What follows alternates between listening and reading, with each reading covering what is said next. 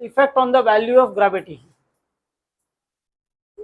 तो क्या बोल रहा है कि एग्जांपल दे रहा है आपको कि अर्थ का जो साइज है वो साइज को छोटा कर दिया पर उसका मास चेंज नहीं किया। क्या चेंज नहीं किया? उसका मास चेंज नहीं होता पर साइज ऐसा ऐसा करके उसका छोटा कर दिया।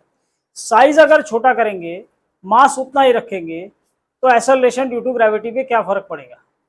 तो एक्सेलरेशन ड्यू टू ग्रेविटी का जो फॉर्मूला हाइट से रिलेटेड है वो आगे वाले टॉपिक में आने वाला है, ठीक है। लेकिन हमको अभी तक जितने फार्मूले पढ़े अगर उससे भी कंक्लूजन निकालना है तो हमारे पास फार्मूला है F is equal to G M M upon R square, mass of the earth, mass of the body on the surface of the earth and radius square. तो ये जो रेडियस है, ये रेडियस आपने श्रिंक कर दिया क्योंकि आपने क्या किया, रेडियस को वहां पे रिड्यूस किया। अब रेडियस अगर रिड्यूस हो रहा है और उसने क्या बोला, मास कम नहीं हुआ है, तो मास वैसा का वैसा है, रेडियस कम हो जाएगा तो ग्रेविटेशनल फोर्स ऑफ अट्रैक्शन कम हो जाएगा, सॉरी बढ़ जाएगा। F is equal to G M M upon, अब आपका रेडियस क्या हुआ है, कम हुआ है, कम हुआ है। तो रेडियस अगर रिड्यूस होता है तो ये फोर्स क्या हो जाती है, फोर्स बढ़ जाएगा।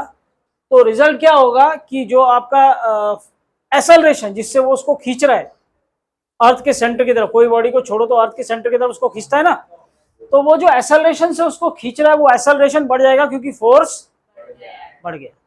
तो आपको क्या मिलेगा, it will increase as we go from one planet to another planet, dash of a body changes.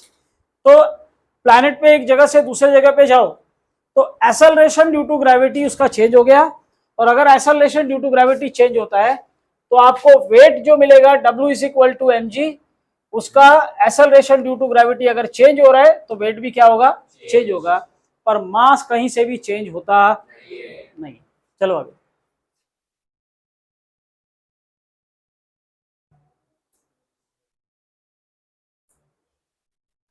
Sums को सम्स टाइम देखेंगे, बुलाएगा ना उसके पास मुंह है तो अपना काम करो।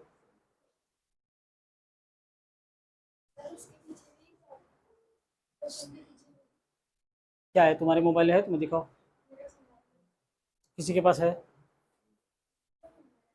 ठीक है।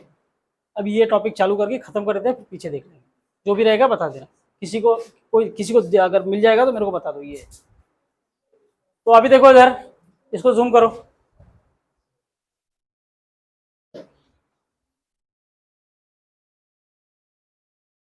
ऊपर लेके जाओ, बस ठीक है। चलो, तो अभी यहां पर क्या किया है, यहां पर एक्सेलरेशन ड्यू टू ग्रेविटी को हाइट के साथ में उसके पे क्या फर्क पड़ता है उसको समझने के लिए अर्थ को एज्यूम किया है, अर्थ के बाहर एक सर्कल को एज्यूम किया है, और फिर एक्सेलरेशन ड्यू टू ग्रेविटी पे क्या, ऐसा जूम इन जूम आउट करो, धीरे धीरे एक बार करके छोड़ दो। हाँ, तो अभी क्या हुआ, ये आपका अर्थ है, उसका रेडियस आर है, ये सेंटर ऑफ द अर्थ है। अब यहां पर एक मास रखेंगे और वो मास को उठा के एच हाइट पर बाद में लेके गए, तो मास पहले इधर था, फिर यहां से उठा के उसको ऊपर लेके गए, तो ऊपर लेके जाने की वजह से एक्सेलरेशन ड्यू टू ग्रेविटी पे क्या फर्क पड़ेगा ये निकालने का। तो मुझे भी लगता है कुछ टॉपिक छुपा पीछे छूटा होगा क्योंकि ये फार्मूले का डेरिवेशन होता है।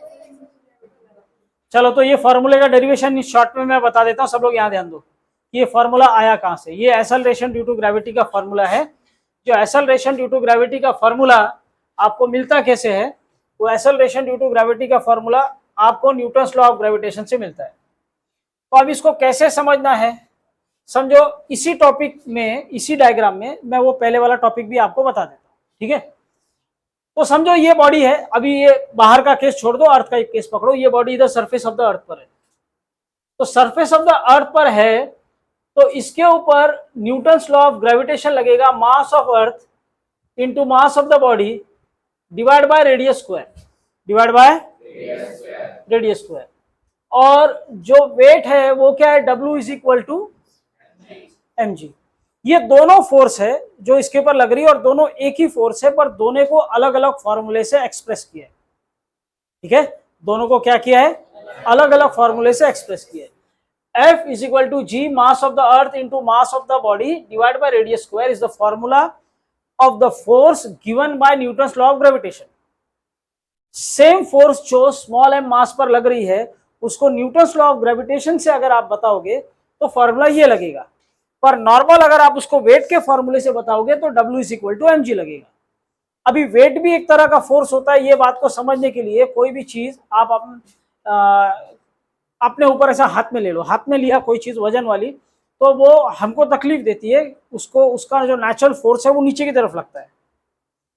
और न्यूटन्स लॉ ऑफ ग्रेविटेशन एक बॉडी जिसका मास m है उसके ऊपर भी लगेगा, और किधर लगेगा, नीचे की तरफ, अर्थ के सेंटर की तरफ। तो अर्थ के सेंटर की तरफ आपका न्यूटन्स लॉ ऑफ ग्रेविटेशन भी बॉडी को लेके जा रहा है, और बॉडी का वेट भी अर्थ के सेंटर की तरफ लेके जा रहा है। डायरेक्शन दोनों का एक है, दोनों का मैग्नीट्यूड भी एक होता है। यहाँ पे हिलना बंद करो उससे। तो ये दोनों उसके ऊपर एक्ट करेगा, और एक्ट करने के बाद में दोनों एक ही फिनोमिना एक्सप्लेन कर रहा है, एक ही चीज बता रहा है, एक ही बॉडी पे लगने वाले फोर्स को अलग अलग फॉर्मूले से बता रहा है। तो W is equal to mg direct weight का फॉर्मूला है, और न्यूटन्स लॉ ऑफ ग्रेविटेशन आपका वही फोर्स को न्यूटन्स लॉ ऑफ ग्रेविटेशन से बता रहा है।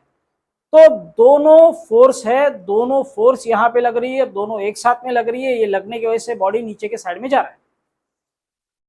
तो अब अगर ये दोनों एक ही बॉडी पे लगने वाली फोर्स है, दोनों का फिनोमिना एक है, दोनों का डायरेक्शन एक है, तो दोनों फोर्स को आप क्या कर सकते हो, इक्वेट कर सकते हो।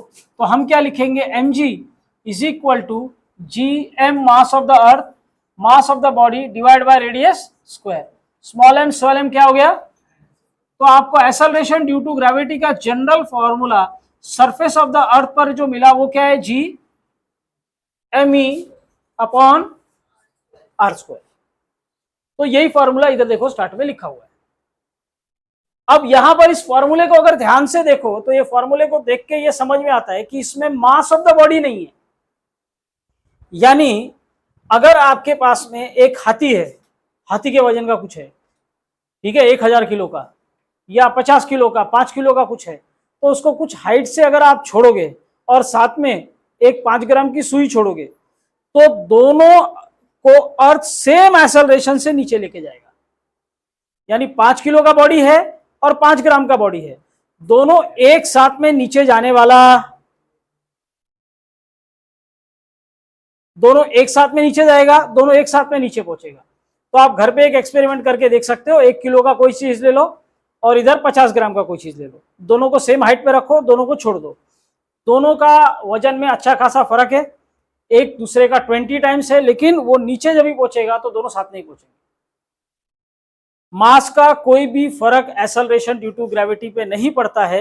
ये एक्सपेरिमेंटली भी हमको दिखेगा और यहां पे भी हमको दिख रहा है, तो यहां पे भी हमको दिख रहा है कि मास ऑफ द बॉडी इसमें इन्वॉल्व नहीं है।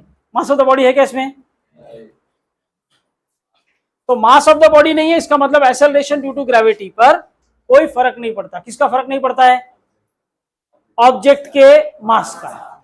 ठीक है, तो कोई भी बॉडी है उसको अगर आप सेम हाइट से उठा के फेंक रहे हो, एक बहुत ज्यादा वजन की है, एक बहुत हल्के वजन की, फेंकना नहीं है, छोड़ना है, तो ऐसे केस में आपको क्या मिलेगा कि दोनों एक साथ में नीचे पहुंचेंगे।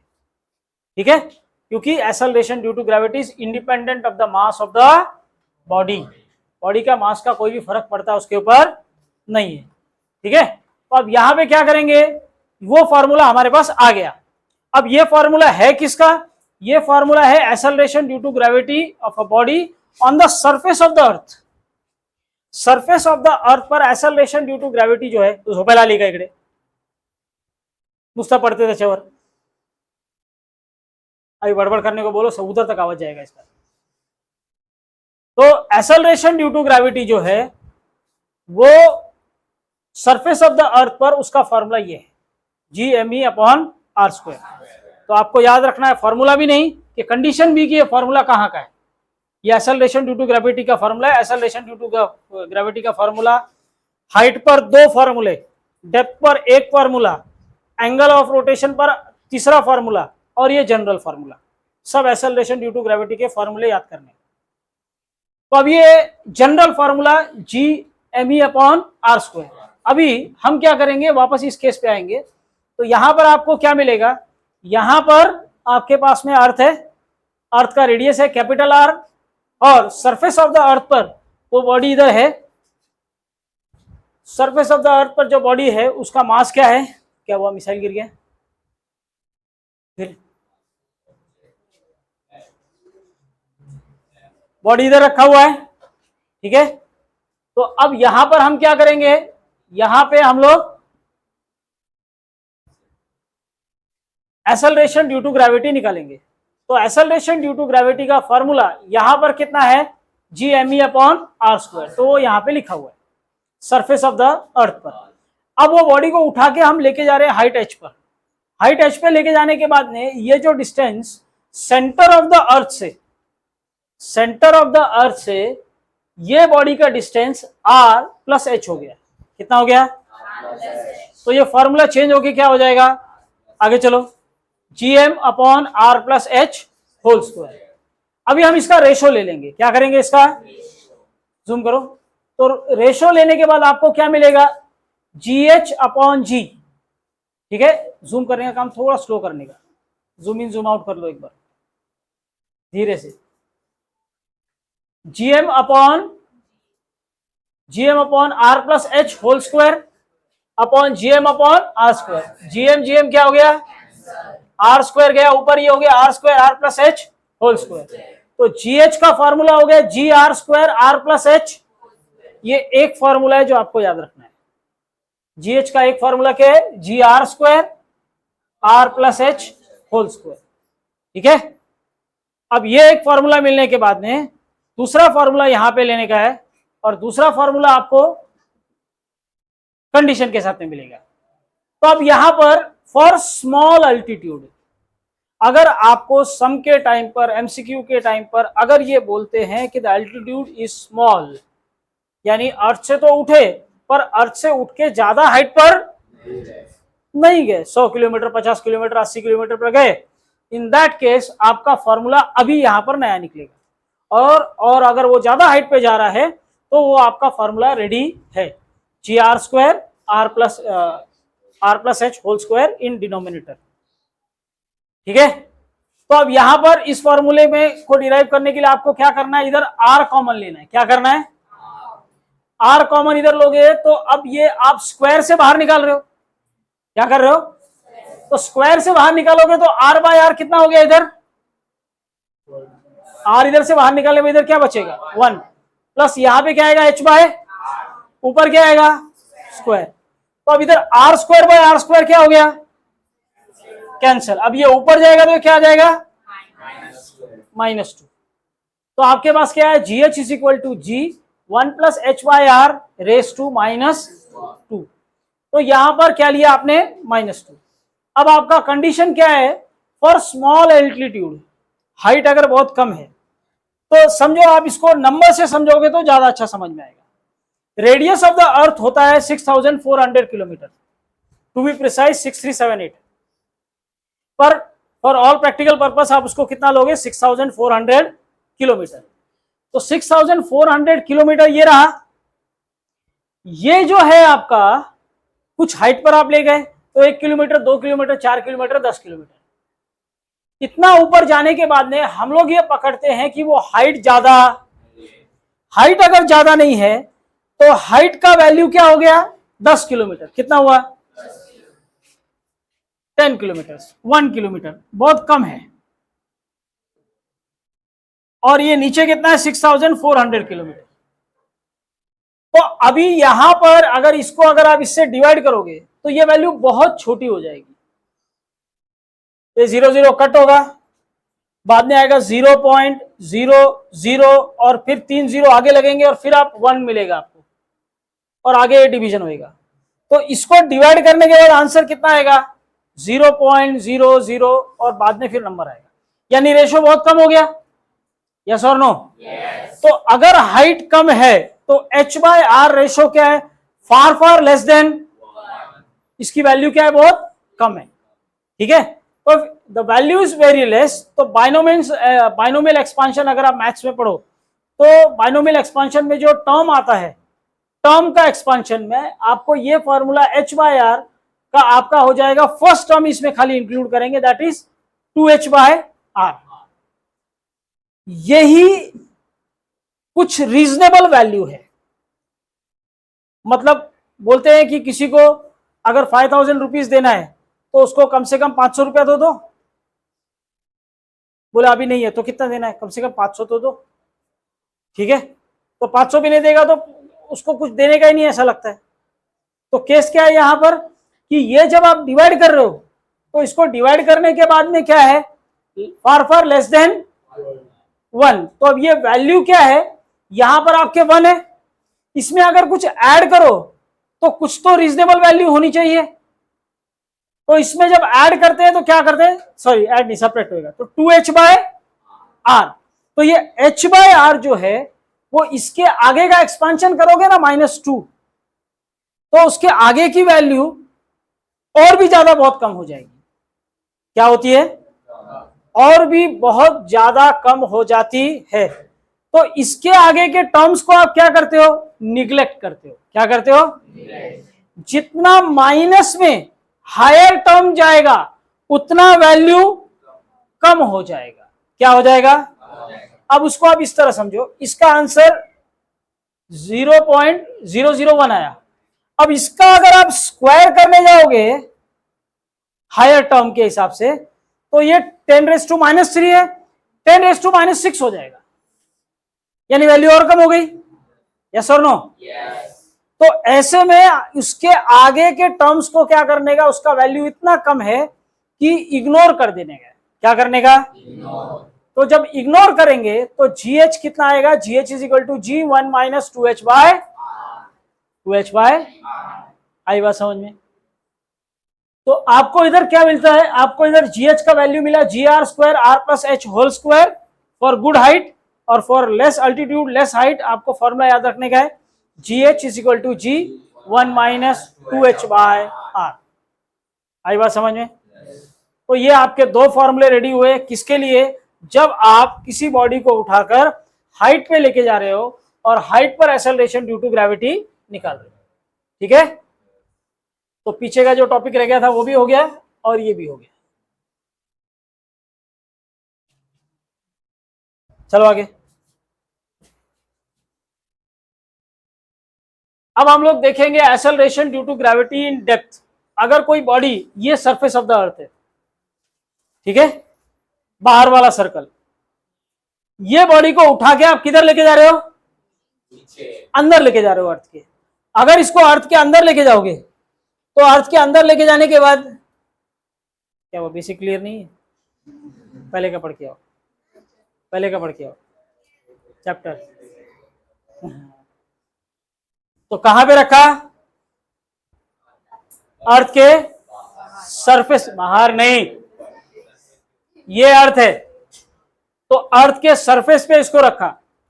अर्थ का ये पूरा रेडियस है, ओ से लेके इस पॉइंट तक, रेडियस ऑफ द अर्थ। अभी अर्थ के अंदर एक अर्थ इमेजिन किया छोटा सा, जिसका रेडियस कितना है, अंदर डेप्थ में इधर तक लेके आए पूरा, अगर ये r है तो उसमें से d माइनस हो गया तो ये बचा कितना है, r - d। तो यहां पर ये r - d क्या है, r - d radius of the earth, imagined earth inside the earth. Earth के अंदर हमने एक अर्थ इमेजिन किया है और वो अर्थ के अंदर जो अर्थ इमेजिन किया है उसका रेडियस कितना है, r - d, उधर है। d क्या है, डेप्थ, जितने डेप्थ में हम बॉडी को अंदर लेके गए। तो अब हम लोग यहां पे क्या करेंगे, यहां पर acceleration due to gravity in depth GD, वो GH था, ये क्या है, तो हम अभी GD निकालेंगे और उसके लिए पहले नॉर्मल केस लेंगे कि सरफेस ऑफ द अर्थ पे, इधर सरफेस ऑफ द अर्थ पे एक्सेलरेशन ड्यू टू ग्रेविटी का फॉर्मूला क्या है, GM upon, surface of the अर्थ पे GM अपॉन। अभी ये GM में M जो है वो कैपिटल है, मास ऑफ द अर्थ का वैल्यू निकालने के लिए हम क्या फॉर्मूला यूज करेंगे, density is equal to mass upon volume, हमको मालूम है पढ़ा है ना फर्स्ट चैप्टर से। तो देयरफॉर मास क्या हो गया, डेंसिटी इंटू वॉल्यूम। तो डेंसिटी इंटू वॉल्यूम। अभी volume of the earth spherical shape body 4/3 pi R cube, और ये क्या है, डेंसिटी ऑफ द अर्थ। तो 4/3 pi R cube into density, that is rho. ठीक है, अब यहां पर मास ऑफ द अर्थ के जगह पे क्या सब्स्टिट्यूट किया, 4/3 pi R cube rho upon R square. ये आर स्क्वायर और ये आर क्यूब क्या हो गया, तो आपको जी का वैल्यू मिला 4/3 pi are row ji, 4/3 pi are रो जी। ये जो फॉर्मूला जी का मिला, ये मिला सरफेस ऑफ द अर्थ पर। कहां पे मिला, सरफेस ऑफ द अर्थ पर। अभी हमको अर्थ के अंदर जाना है, आगे चलो, कहां जाने का है, अर्थ के अंदर जाके सब कुछ वापस से करना है। क्या करना है, ये जो यहां पे किया वही सब कुछ क्या करना है, वापस करना है। तो आपको इधर कैसे करोगे इसको, सरफेस ऑफ द अर्थ पे जीडी का फॉर्मूला हो जाएगा G mass of the earth dash divide by R minus D whole square. ये एम डैश क्या है, जो छोटा वाला अंदर का अर्थ है, छोटा वाला अंदर के अर्थ का मास, तो उसको हमने क्या लिया एम डैश, और अंदर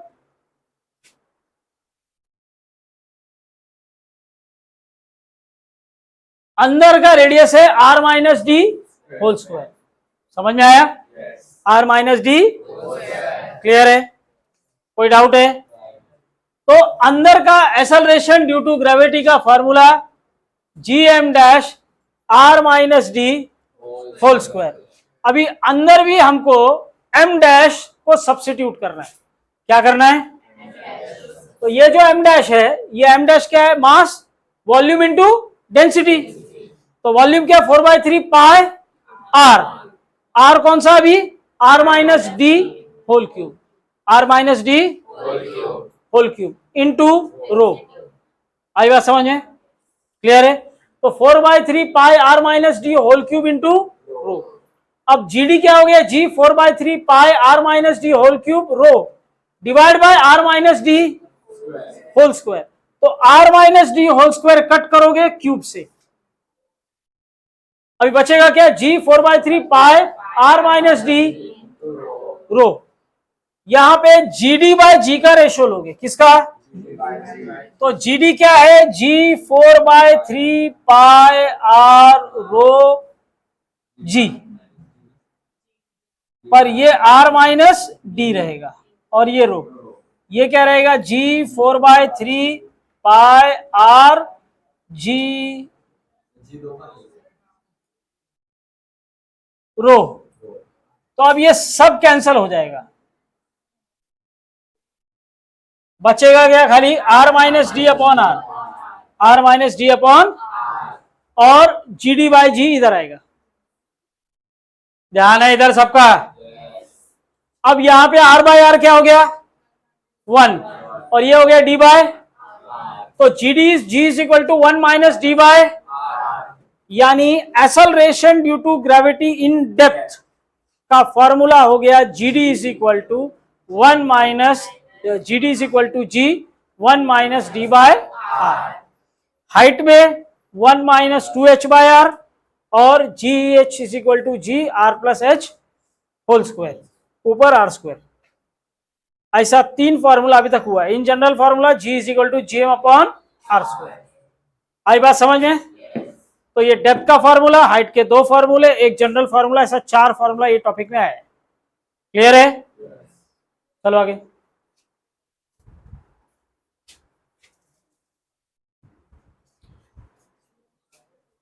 तो अभी ये हाइट और डेप्थ का जो फॉर्मूला पढ़ा, ये हाइट और डेप्थ के फॉर्मूले को कल आना, सुबह क्लास उठ के जल्दी आएगा ना, हाँ कल से नहीं आएगा ना।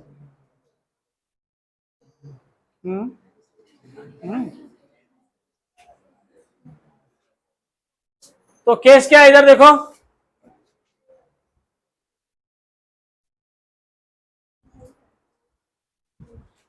यहां पे आपके पास में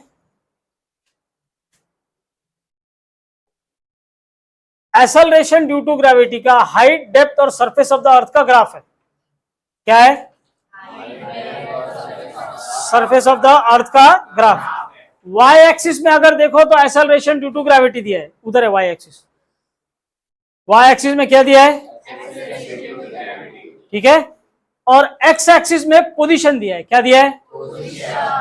तो तीन पोजीशन है, एक सेंटर ऑफ द अर्थ, ये कौन सा है? ओरिजिन, सेंटर ऑफ द अर्थ। यहां से कहां पहुंचे? ये सरफेस ऑफ द अर्थ। और ये क्या है? हाइट पर आप ऊपर जा रहे हो, जाते रहो। ठीक है। तो आप क्या देख रहे हो कि सरफेस ऑफ द अर्थ से अर्थ की सेंटर की तरफ जा रहे हो, तो एक्सेलरेशन ड्यू टू ग्रेविटी कम होते होते होते जीरो हो जाएगी। क्या हो जाएगी?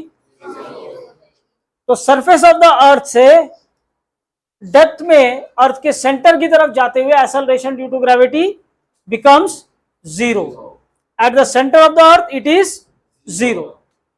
यहां से आप हाइट की तरफ जा रहे हो। किधर जा रहे हो?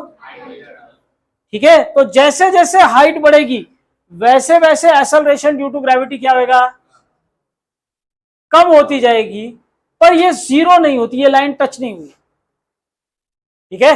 एक्सेलरेशन ड्यू टू ग्रेविटी कम होती जाएगी पर जीरो होने वाली सुने हुआ इधर।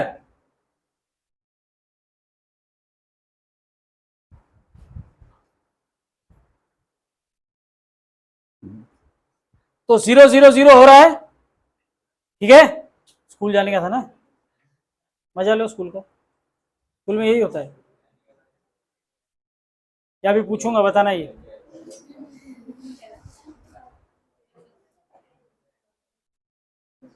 पढ़ना ही है ना, स्कूल जाके पढ़ रहा है ना, तो फिर बताना अभी।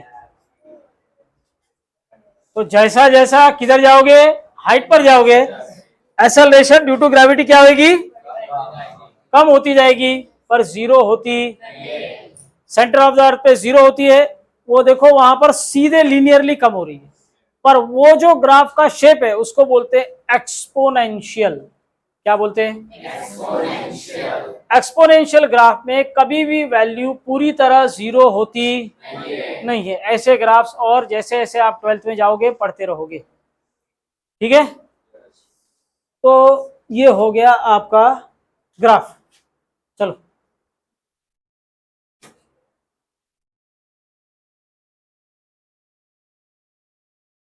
अब देखेंगे एक्सेलरेशन ड्यू टू ग्रेविटी। चलो बराबर है, आगे चलो।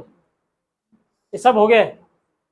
Acceleration due to gravity due to angle rotation of the earth. Zoom करो, उसको लैटिट्यूड भी बोलेंगे। ज्यादा ज्यादा हो गया, ऊपर चलो ऊपर चलो। वो ग्रीन जाने दो ऊपर का। हाँ बस ठीक है, छोड़ दो। तो अभी देखो,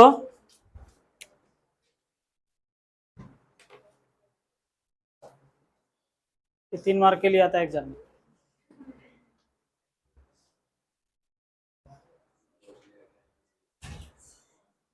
स्कूल जाने का ना, पढ़ना फिर पढ़े। ये बट सीधा बट। तो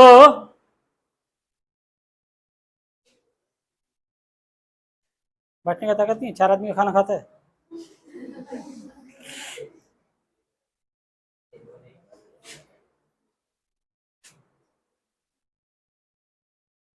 अभी ये है आपका इक्वेटर। ये क्या है? इक्वेटर है। यहां से घूम के ऐसा ऐसा जैसा इस तरफ जाओगे, ये क्या है? पोल।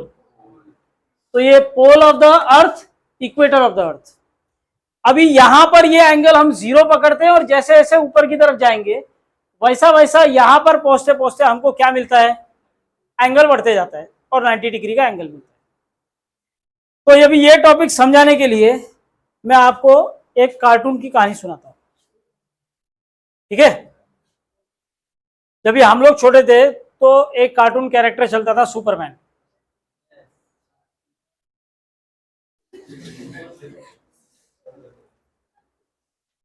तो अभी सुपरमैन का वो क्या करता था, हर बार कुछ तो भी ऐसा मुसीबत होती थी और वो लोगों की जान बचाता था। तो एक बार का एक स्टोरी था, संडे को आता था सुपरमैन। तो अभी उसमें क्या हुआ था, हमको ये मालूम है अर्थ अपने जगह पे क्या कर रहा है, रोटेट कर रहा है, ठीक है। अर्थ रोटेट करता है तो अर्थ पे बैठी हुई हर बॉडी रिवॉल्व करती है, यानी ये पंखे का जो एक्सिस है वो अपने अपने जगह पे रोटेट कर रहा है। तो पंखे के ब्लेड के ऊपर, पंखे के साइड में अगर कुछ भी है तो वो ऐसा गोल गोल गोल गोल घूम रहा है, रिवॉल्व कर रहा है, बराबर। पंखे का ब्लेड भी क्या कर रहा है, ऐसा रिवॉल्व कर रहा है। तो अर्थ अपने जगह पे अगर ऐसा रोटेट करता है तो अर्थ के रोटेशन करने से अर्थ के सरफेस के ऊपर जो कुछ है उसके ऊपर बाहर के साइड पे धक्का लगेगा। क्या लगेगा, बाहर के साइड में सेंट्रीफ्यूगल फोर्स लगती है, धक्का लगता है। वो सेंट्रीफ्यूगल फोर्स उसको बाहर के साइड धक्का मारेगा, वो धक्का मारने से बॉडी बाहर के साइड में जाएगी, पर अर्थ का ग्रेविटेशन उसको अंदर की तरफ खींचेगा। दोनों बैलेंस रहेगा और दोनों बैलेंस रहने के वजह से आपको क्या मिलता है कि अर्थ के सरफेस पे चीजें टिकी हुई है। अर्थ ऐसा रोटेट कर रहा है, ग्रेविटेशन उसको अंदर खींच रहा है और सेंट्रीफ्यूगल फोर्स उसको बाहर धक्का मार रही है। ओवरऑल रिजल्ट क्या होता है, वो बॉडी सरफेस ऑफ द अर्थ पे टिकी रहती है, ना बाहर जाती है ना। क्लियर है। तो अभी वो जो कार्टून था उस दिन, वो कार्टून में उसमें क्या दिखाया था कि एक ट्रेन का ब्रेक फेल हो जाता है। ट्रेन का क्या होता है, ट्रेन का ब्रेक फेल हो जाने के बाद में वो ट्रेन अंधाधुंध भागती रहती है और किधर जाके ठोक देगी तो उसमें बैठे हुए सब लोग मर जाएंगे। ऐसा वो स्टोरी चालू रहता है। तो सुपरमैन को ये मालूम पड़ता है। तो अभी आपने क्या देखा है कि अगर छोटे बच्चे लोग का गाड़ी रहता है, वो ऐसा ऐसा ऐसा ऐसा उसको ऐसा करते और फिर छोड़ देते, और छोड़ेंगे तू क्यों छोटा बच्चा बन रहा है आदित्य, ध्यान किधर है, रह रहे के बिना मतलब हंस रहा है। तू छोटा बच्चा है कि बड़ा बच्चा बन गया, दो में से एक मेरे को डाउट हो रहा है। बड़ा बच्चा बना है कि छोटा बच्चा, बड़ा बन गया, ज्यादा बड़ा भी नहीं बनने का, ज्यादा छोटा भी नहीं रहने का, बीच में रहे, जो सही में तेरा एज है, ठीक है, ध्यान दे दे। तो ऐसा ऐसा गाड़ी को धक्का मारा और ऐसा छोड़ दिया तो गाड़ी कैसा आगे जाता है और थोड़ी देर बाद में रुक जाता है। तो अभी वो गाड़ी ऐसे ही चल रहा है, भाग रहा है, और वो गाड़ी अर्थ के ऊपर, जो ट्रेन है वो और उसका ट्रैक है अर्थ के ऊपर, और ट्रैक पर गाड़ी ऐसा ऐसा भाग रही है। तो अगर गाड़ी हवा में उठ जाए, छोटा बच्चा ऐसा गाड़ी को धक्का मार के ऐसा उठा लेगा तो थोड़ी देर में ऐसा घूम के उसका व्हील रुक जाता है, ठीक है, ये आपको मालूम है। अभी वो सुपरमैन ने क्या किया, वो अर्थ से उड़ के ऐसा बाहर निकलता है। उसमें क्या दिखाया, ऐसा अर्थ से निकल के बाहर आता है, स्पेस में आता है और ऐसा अर्थ के जैसा उसमें दिखाया रहता है, और वो अर्थ के बाहर ऐसा खड़ा है। तो वो क्या करता है, अर्थ को ऐसा, सुपरमैन है ना, वो ऐसा पकड़ लेता है। अर्थ को पकड़ता है तो अर्थ का रोटेशन क्या हो जाता है, रुक जाता है। तो अर्थ का रोटेशन वो रोकता है, तो अर्थ का रोटेशन रुक जाने से उसके बाद में दूसरे हाथ से वो गाड़ी ट्रेन को ऐसा उठाता है। अभी उसका जो व्हील है, व्हील को जब वो ऐसा उठाएगा तो व्हील गोल गोल घूमना बंद हो जाएगा। क्यों, उसको फ्रिक्शन नहीं मिला, उसने उठा के उसको क्या किया, हवा में किया। तो अभी उठाने के लिए क्या चाहिए, वो ग्रेविटेशन उसको खींच रहा है ना, तो ग्रेविटेशन खत्म करने के लिए वो क्या करता है, वो अर्थ का रोटेशन रोक देता है। रोक देगा तो उसको बाहर के साइड में धक्का लगेगा, तो उसको उठाना क्या हो जाएगा, सिंपल हो जाएगा। अर्थ का ग्रेविटेशन उसको रोक नहीं रहा है, तो वो उठा लेता है, फिर वो व्हील घूमना बंद हो जाता है और फिर वो ट्रेन को नीचे रख देता है और उसमें बैठे हुए लोग बाहर निकल जाते हैं और फिर वो बाद में वापस चला जाता है। तो सुपरमैन उन लोग सबको क्या करता है, बचा लेता है, ठीक है। अभी हमको देखने का है कि ये सुपरमैन इधर से इधर पहुंचेगा तो क्या होगा। तो अभी एंगल का इफेक्ट, एंगल चेंज होएगा, एंगल का effect acceleration due to gravity पे, लास्ट बेंच, एंगल का effect acceleration due to gravity पे क्या पड़ेगा। तो अभी ध्यान से समझो, उतना सिंपल नहीं है ये। यहां पर क्या किया, ये रेडियस ऑफ द अर्थ है और ये भी क्या है, रेडियस ऑफ द अर्थ है।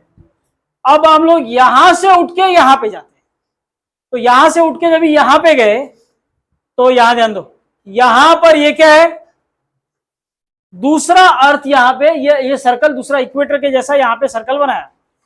तो इक्वेटर के जैसा यहां पर जो सर्कल बनाते हैं, वो सर्कल बनाने के बाद में यहां पर जो रेडियस है वो स्मॉल आर है, यहां पे जो रेडियस है वो कैपिटल आर है। अब यहां से ये इंक्लाइन होकर जब ऐसा एंगल बनाएगा तो ये एंगल जो थीटा है, यहां ये जो एंगल थीटा है, ये भी एंगल क्या है, तो ये भी थीटा और ये भी, क्यों, क्योंकि ये दोनों लाइंस कैसी है, पैरेलल, कैसी है, पैरेलल है ना। हाँ, तो पैरेलल है तो एक कौन सा एंगल बनेगा, अल्टरनेट एंगल ना, जब आपला माहिती है अल्टरनेट एंगल। इधर भी थीटा है और इधर भी क्या है, तो इधर भी थीटा और इधर भी, ये एंगल और ये एंगल क्या हो गया, सेम हो गया। यहां पर जो इक्वेटर एज्यूम किया उसका रेडियस इधर स्मॉल आर और इसका क्या, कैपिटल आर। जब यहां पर ये गोल गोल घूम रहा है तो अर्थ की सेंटर की तरफ इसको एक एक्सेलरेशन खींचेगा। जब भी सर्कुलर मोशन होगा, circular motion, Ashwin, circular motion का रूल क्या होता है, सर्कुलर मोशन तभी बराबर चलेगा जब बाहर के साइड में कोई बॉडी को धक्का मारा जा रहा है और उतना ही फोर्स उसको अंदर खींच रहा है। बाहर के साइड जो धक्का मार रहा है उतना ही अंदर जो खींच रहा है वो फोर्स बिना एक्सेलरेशन के नहीं होगा, और वो एक्सेलरेशन रेडियस के अलोंग टुवर्ड्स द सेंटर काम करता है। रेडियस के अलोंग किधर काम करता है, टुवर्ड्स द, तो रेडियस, ये जो एक्सेलरेशन सेंटर की तरफ काम कर रहा है अलोंग द रेडियस, इसको बोलते हैं रेडियल एक्सेलरेशन। क्या बोलते हैं, which acts along the radius towards the centre. और ये वो फोर्स है, ये वो फोर्स को जनरेट करता है जो बॉडी को अर्थ के सरफेस पर चिपका के रखता है। तो वो रेडियस क्या है, ए आर, छोटे वाले का रेडियस आर। अभी यहां पर हम ट्रायंगल एज्यूम करेंगे ओ, ओ डैश पी, क्या, ओ डैश पी। इसके अंदर हमने लगाया कॉस थीटा, क्या लगाया, तो कॉस थीटा आपका क्या होगा, एडजेसेंट अपॉन हाइपोटेन्यूज। तो O dash P upon OP, O dash P upon, तो आपके पास इधर क्या आया, O dash P upon OP is equal to small R by capital R. तो O dash P upon OP is small R by capital R, so small R becomes R cos theta. तो उस radius का ऊपर वाले circle, उधर है ऊपर वाला सर्कल, उधर उधर उधर देखो डायग्राम में, ऊपर वाला सर्कल का जो रेडियस है स्मॉल आर, उसका वैल्यू, उधर उसका वैल्यू हमको बड़े वाले सर्कल का रेडियस यानी कैपिटल आर, और बड़ा वाला सर्कल छोटे वाले सर्कल से जो एंगल बना रहा है यानी थीटा, वो थीटा और कैपिटल आर के टर्म्स में मिल गया। ये स्मॉल आर क्या है, स्मॉल आर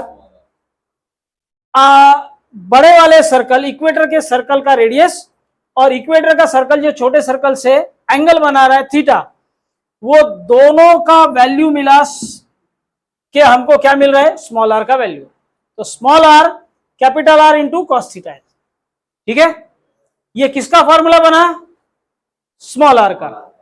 अब रेडियल एक्सेलरेशन का फॉर्मूला हम लोगों ने मोशन इन प्लेन चैप्टर में पढ़ा था, और लास्ट लेक्चर में मैंने तीनों फॉर्मूले बोर्ड पे लिखे थे।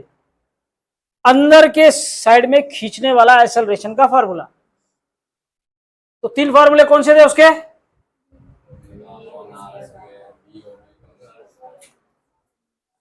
कुछ तो ये तीनों का था, मिला के बोलो। कुछ तो सही भी हो सकता है, कुछ तो गलत तो हो सकता है, पर कुछ तो हो जाएगा। R omega square V omega और वी स्क्वायर बाय, घर जाके बुक खोलो।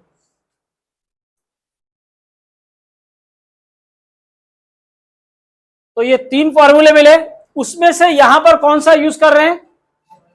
Small R omega square, small R, ठीक है। क्लास में कोई फोन यूज नहीं करेगा। पॉज करो ना। तो अभी आपको क्या मिला? छोटा वाला जो सर्कल है, हमको क्या निकालना है? हाइट के वजह से, सॉरी लैटिट्यूड, मतलब यहां पर हम इक्वेटर से उठ के पोल की तरफ अगर जा रहे हैं तो जाने के वजह से एक्सेलरेशन ड्यू टू ग्रेविटी पे क्या फर्क पड़ता है, ये हमको निकालना है। तो हमको जाना पड़ेगा ना उधर से उठ के उधर पे। तो अगर उधर से उठ के उधर गए तो एक्सेलरेशन ड्यू टू ग्रेविटी पर जो फर्क पड़ेगा रवीन, वो फर्क किस वजह से पड़ेगा?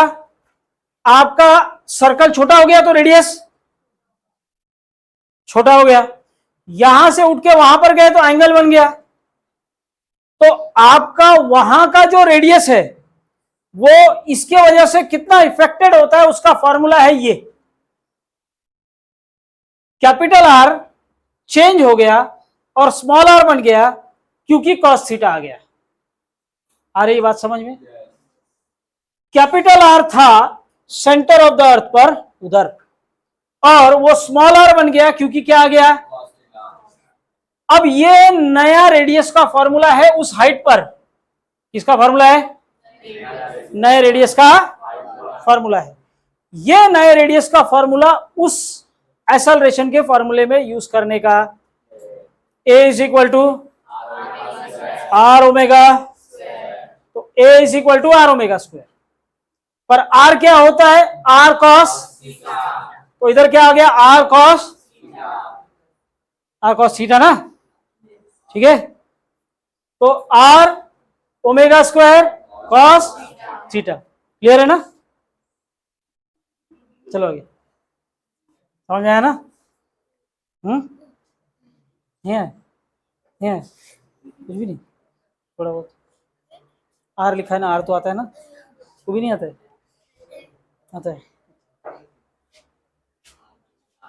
तो अगर आपका एक्सेलरेशन जो पहले ए आर था, क्या था? रेडियल एक्सेलरेशन क्या था? A R. ए आर अब क्या हो गया? A cos. तो आपको इधर क्या मिलेगा? ए की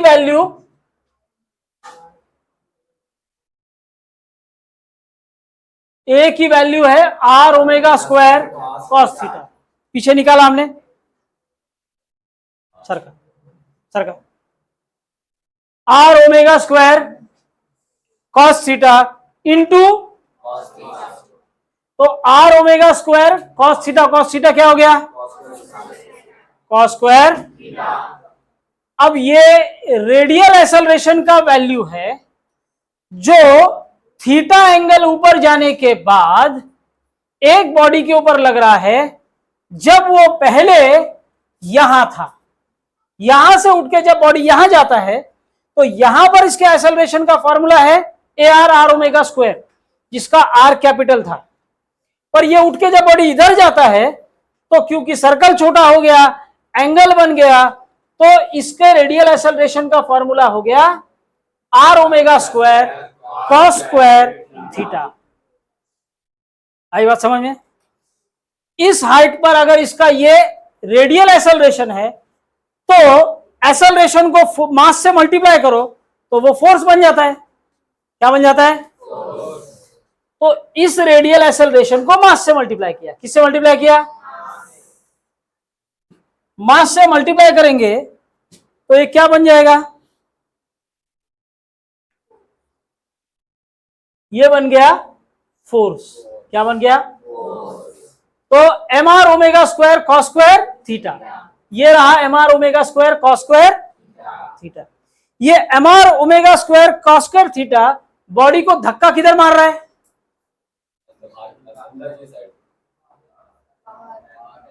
बॉडी गोल गोल घूम रहा है, धक्का किधर मारेगा, बाहर के साइड। अब इसको अंदर क्या खींच रहा है, उसका weight, W is equal to mg, mg उसको अंदर नीचे की तरफ खींच रहा है। हाइट पर जाने के बाद, थीटा एंगल बनाने के बाद, रेडियस स्मॉल r हो जाने के बाद जो एक्सेलरेशन उसको अंदर खींच रहा है, जो सॉरी बाहर के साइड में मार रहा है, वो क्या है, M R omega square cos square theta. ये सब m क्या हो गए लाइन से, तो a का value g minus R omega square cos square, तो आपको इधर क्या मिलता है, g is equal to G minus R omega square cos square theta. अगर इस फॉर्मूले को देखो अश्विन, तो इसमें एंगल है ना, क्या है, ये आपको ये बताता है कि आपका एंगल 0 है, 10 है, 20 है, 30 है, 40 है, 90 है, उसका वैल्यू इसमें सब्स्टिट्यूट कर दो, आपको नया एक्सेलरेशन ड्यू टू ग्रेविटी मिल जाएगा।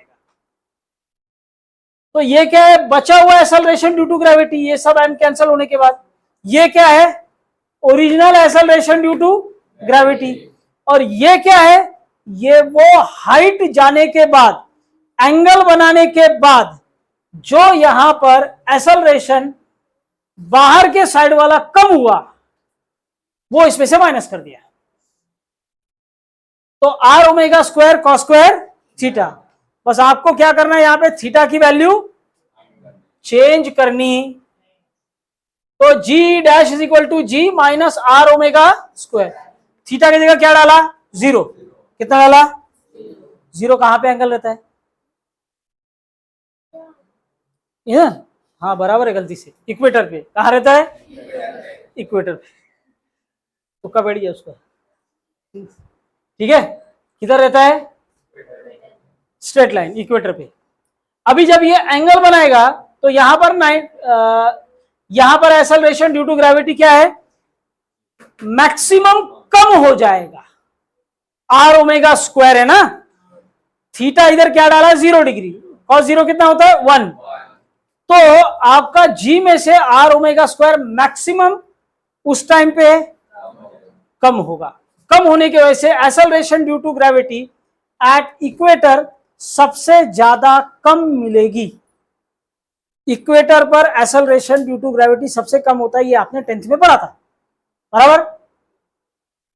अभी जैसा जैसा आप पोल्स की तरफ जाओगे, किधर जाओगे, एंगल आपका द्वीप माझ्याकडे लक्ष का याच्याकडे, तो एंगल आपका बढ़ बढ़ के कितना हो गया, पोल्स पर पहुंचे तो एंगल हो गया 90। अब इसके अंदर डालोगे cos 90, cos 90 कितना होता है, तो सब कुछ क्या हो गया, तो आपको g का वैल्यू क्या मिलेगा, इसमें से कुछ भी माइनस होने वाला क्योंकि ये पूरा 0 हो गया ना, तो G P acceleration due to gravity at poles क्या होगा, मैक्सिमम, अरे कुछ माइनस नहीं हुआ तो सबसे ज्यादा होगा ना, तो पोल्स पे मैक्सिमम, क्योंकि ये माइनस होने वाला टर्म पूरा 0 हो गया, ठीक है, और इक्वेटर पर ये माइनस होने वाला टर्म मैक्सिमम था, कुछ भी कम नहीं हुआ था। आई बात समझ में, कुछ डाउट है, तो G dash P G minus R omega square cos theta, यहां पर इसका वैल्यू क्या हो गया, 0, तो आपको क्या मिलेगा, acceleration due to gravity is maximum at the poles, minimum at the equator, equator पे सबसे कम, पोल्स पे सबसे ज्यादा, लेकिन ये दोनों कहां पे है, सरफेस ऑफ द अर्थ पर। तो सरफेस ऑफ द अर्थ पर आपको 2 वैल्यू मिलेगा, जनरल फॉर्मूला है G M upon R square, R square, equator पर मैक्सिमम नहीं 0 माइनस होएगा तो मिनिमम मिलेगा, और पोल्स पे क्या मिलेगा? ठीक है, क्लियर है ना? चलो आगे।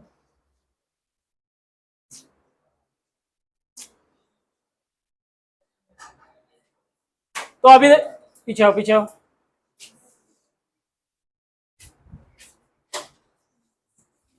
तो आप देखो लैटिट्यूड पे 0 डिग्री, कहां पे? तो 0 डिग्री पे लिया तो आपके बुक में एक टेबल है कि आपका एक्सेलरेशन ड्यू टू ग्रेविटी में क्या चेंज आएगा। आर ओमेगा स्क्वायर का वैल्यू यहां पर कितना आ रहा है? 0.034। तो आपको अर्थ के सरफेस पर, इक्वेटर पर, ये आपको क्या मिलता है? 0.738। क्या मिलता है? तो यहां पे कम है, और पोल्स पे जाओगे तो कितना? 9.8322। यहां पे क्या है? ज्यादा है। तो आप लोगों ने उसको देखा है ना, वो मटका बनाने वाले को, कुंभार, पॉटर, ठीक है, वो उसका एक चरखा रहता है, मट्टी रहता है। तो अभी मटके का शेप कैसा होता है? मटके का शेप बीच में उसमें पानी भरने का है, तो उसको क्या रखते हैं? मोटा रखते हैं। कुछ लोग नीचे भी मोटा रखते हैं, लेकिन जो उसका एंट्री रहता है वो हमेशा क्या होता है? उसमें से पानी निकालने का और पानी उसमें डालने का। तो जब ही उसको वो ऐसा व्हील को घुमाता है और वो गिल्ली मट्टी को ऐसा हाथ लगाता है, तो सेंट्रीफ्यूगल फोर्स उसके पे धक्का मारेगा, उसको चारों साइड से धक्का मारेगा।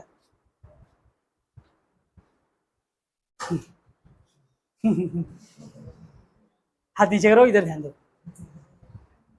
तो वो क्या करता है? गोल गोल घूमता है।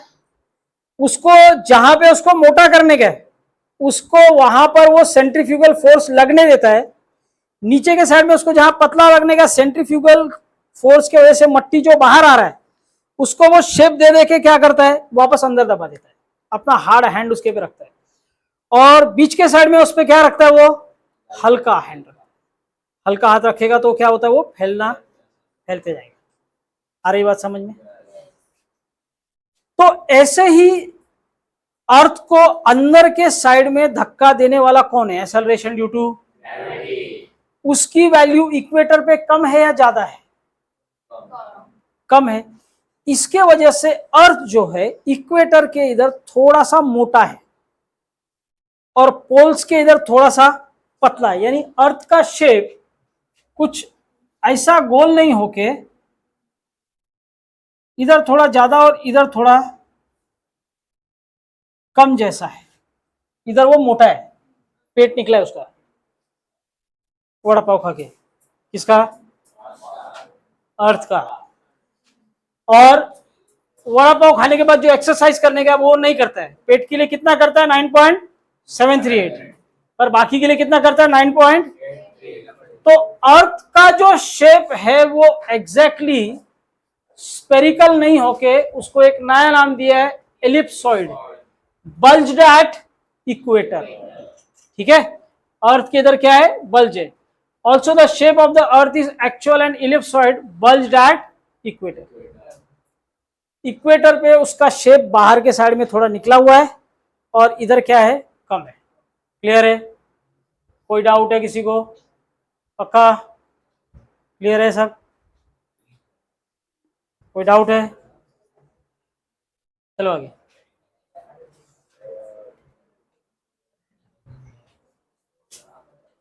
Acceleration due to gravity at the equator is value less than polar value. Acceleration due to gravity on the surface of the earth is longitude.